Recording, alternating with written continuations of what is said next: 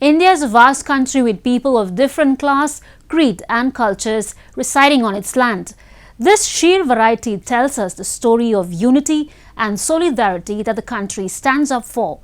So celebrating this beautiful unification of different faiths along with propagating the message of peace and harmony, a day-long religious conference was organized in Srinagar city of Jammu and Kashmir. With an aim to fortify the bond of love and communal harmony among the people of Jammu and Kashmir, a religious conference was organized at the Sher-e-Kashmiri Convention Centre in Srinagar city. Inaugurated by Lieutenant Governor Manoj Sinha, the conference urged religious leaders to spread the message of peace and brotherhood among the citizens of the Union Territory.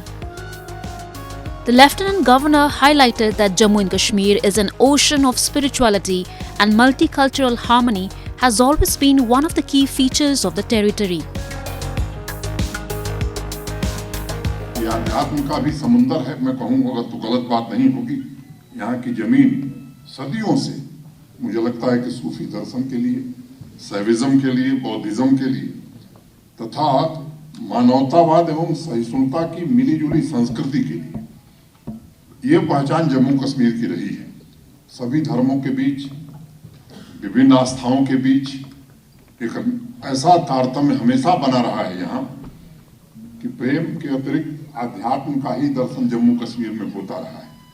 और मुझे लगता है कि आप संसार के किसी भी मजहब को लें, उस पर देखें, उसको देखें तो दो ही रास्ते सब बताते हैं। एक ध्यान का रास्ता है और दूसरा प्रेम का रास्ता है। कोई ऐसा मजहब मैंने नहीं पढ़ा है जो इसके अलावा कोई तीसरा रास्ता बताता है। The day-long conference witnessed participation of around 550 religious leaders, including Maulvis and Muftis, with around 200 youngsters and 200 women.